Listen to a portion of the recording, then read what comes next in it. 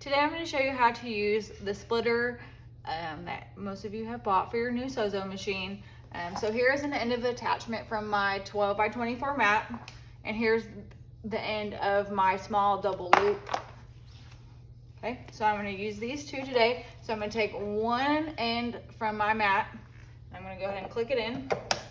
Okay, I'm going to take one end from my small double loop and click it in. Then this is the easy part. So on your splitter, there's arrows on there, okay? And as you can see, it lines up perfectly with the end of the attachment. So you're gonna line it up just like you would on the machine. It's still gonna click. So this is from my small double loop.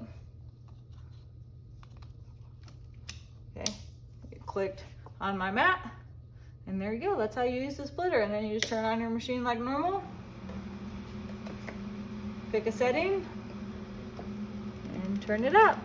When you use the splitter, you're gonna have to go a little higher than you normally would because you're splitting the power between two attachments.